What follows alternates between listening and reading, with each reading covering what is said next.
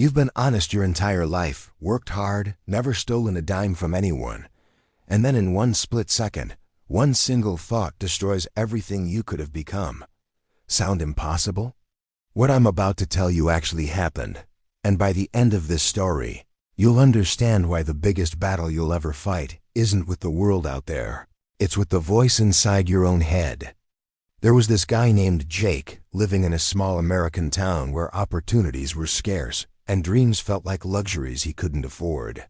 Every single morning, he'd wake up in his cramped apartment, head out into the cold streets searching for work, any work, just to make enough to survive another day.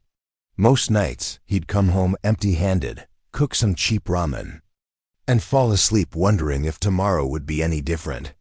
This was his life, day after day, week after week. One afternoon, after walking miles through town and getting rejected from every store, every construction site, every place that had a help wanted sign, Jake was dragging himself home, completely defeated. His feet hurt, his spirit was crushed, and he was questioning everything. Then out of nowhere, he heard this voice behind him yelling, "Hey, anyone around here strong enough to help an old man?" Jake turned around and saw this elderly gentleman standing there with 3 massive duffel bags that looked like they weighed a ton each.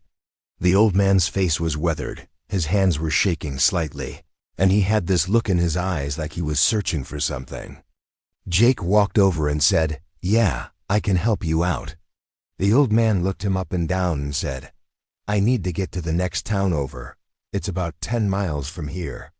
I can manage 2 of these bags, but this third one, it's just too heavy for these old bones. If you carry it for me, I'll pay you 3 gold coins." Now 3 gold coins back then, that was serious money. Jake didn't hesitate. "Deal," he said. But the moment he picked up that bag, he almost dropped it. "Whoa, what the hell's in here?" The old man smiled slightly and said, "Bronze coins, lots of them." So they started walking together, Jake with this massive bag digging into his shoulder, the old man slowly making his way with his 2 bags. As they walked, Jake noticed something weird. The old man kept glancing at him, studying him like he was trying to read his mind. Jake thought to himself, "This guy probably thinks I'm gonna bolt with his money." But Jake brushed it off because he knew who was. He'd never stolen anything in his life, never cheated anyone, never took what wasn't his.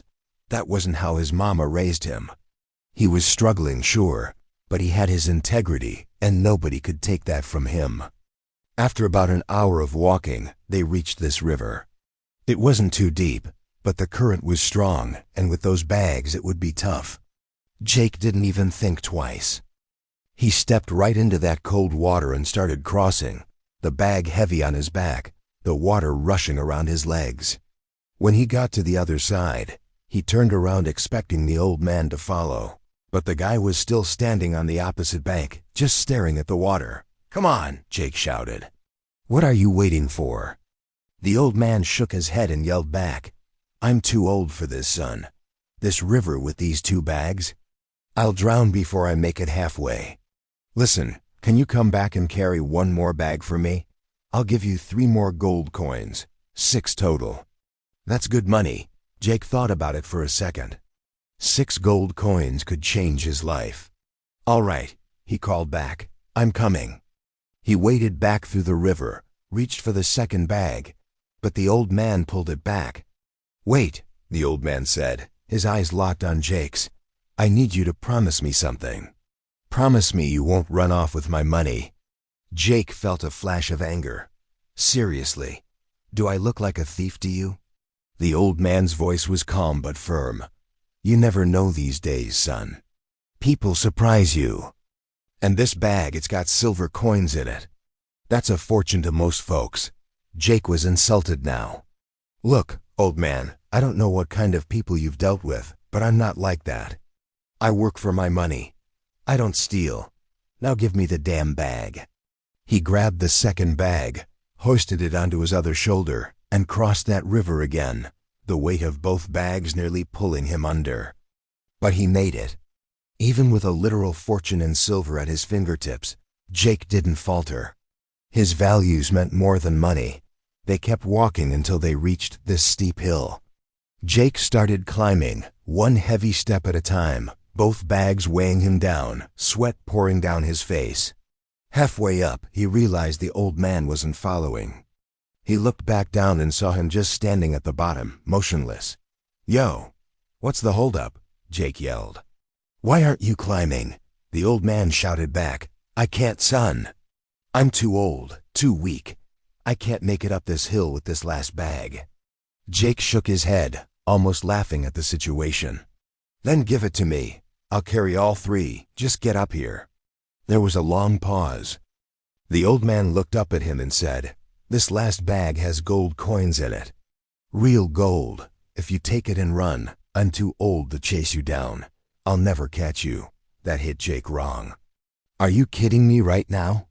he shouted, his frustration boiling over. "I've told you twice already. I'm not that kind of person. You know what? I used to work at a financial firm downtown. I was good at my job, kept all the books, managed accounts, the whole thing. But when my boss told me to fudge the numbers on a client's loan, to basically scam them, I quit on the spot. I walked away from a steady paycheck because I wouldn't lie. That's who I am." The old man stood there for a moment, then slowly nodded. "I don't know if I believe you," he said, "but I'm desperate. Take the bag. Go ahead and climb. I'll walk the long way around and meet you on the other side." Jake climbed back down, grabbed that third bag, and man, it was heavy. Gold coins, the old man had said, real gold. He started climbing again, this time with all three bags, leaving the old man far behind. As he climbed, struggling with every step, a thought crept into his mind like a whisper. "You could just run, right now. Take these bags and disappear. He's old, he can't catch you. You'd be set for life." Jake tried to shake it off, but the thought grew louder. Think about it, he's ancient.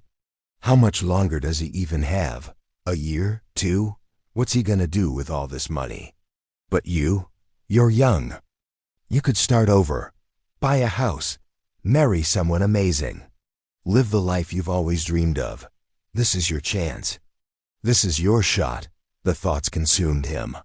Before he even realized what he was doing, Jake's walk turned into a jog, then a full sprint. He ran down the other side of that hill, ran through the woods, ran all the way back to his apartment, his heart pounding, adrenaline rushing through his veins.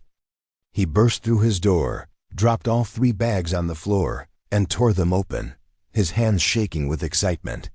But when he looked inside, his heart stopped. No bronze, no silver, no gold, just rocks. Ordinary rocks, stones, pebbles, nothing. His mind went blank. What? Why would he lie? What the hell was this all about? Then he saw it. A folded piece of paper at the bottom of the bag with the stones. His hands trembling, Jake picked it up and read, "I am the king of this region. I have no children, no family, no heir to my throne. I'm growing old, and my time is running short. For months, I've been searching for an honest man, someone with true integrity, someone I could adopt as my son and pass my kingdom to. If you had not run, if you had waited for me on the other side of that hill, you would have been that man. You would have inherited everything." Jake's legs gave out. He collapsed to the floor, the note still in his hand, tears streaming down his face. His whole life he'd been honest. His whole life he'd done the right thing, even when it cost him. But in that one moment, one single moment of weakness, one greedy thought that he let take root and grow, he destroyed the greatest opportunity he would ever have. He was literally one decision away from becoming royalty, from having everything he'd ever wanted. And he threw it all away because he couldn't control his own mind for 5 more minutes. This is what most people don't understand about life. It's not the world that destroys us. It's not other people. It's not bad luck or unfair circumstances. It's our own thoughts. Jake wasn't a bad person. He was genuinely honest.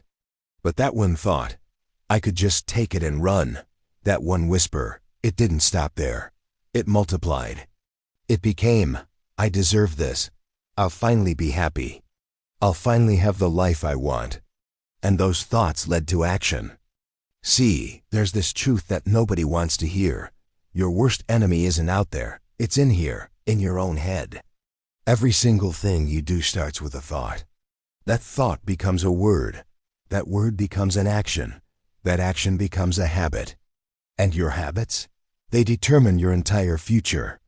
If Jake had just stopped that first thought, if he'd recognized it for what it was, a test, a temptation, and shut it down immediately, his entire life would have been different. Your thoughts are like seeds planted in soil. You can't always control which seeds blow into your garden, but you can control which ones you water and let grow. Jake watered the wrong seed, and it grew into his biggest regret. The lesson here isn't just about being honest. It's about being vigilant with your mind, about catching those negative, greedy, selfish thoughts the second they appear and refusing to let them take root. Because one thought, just one, can open the door to everything you've ever wanted or slam it shut forever. Choose your thoughts carefully. They're writing your future right now. If this story hit you the way it hit me, do me a favor, smash that like button, share this with someone who needs to hear it, and subscribe because I've got more stories like this that'll change the way you see life. Until next time, stay strong, stay grateful, and keep pushing forward.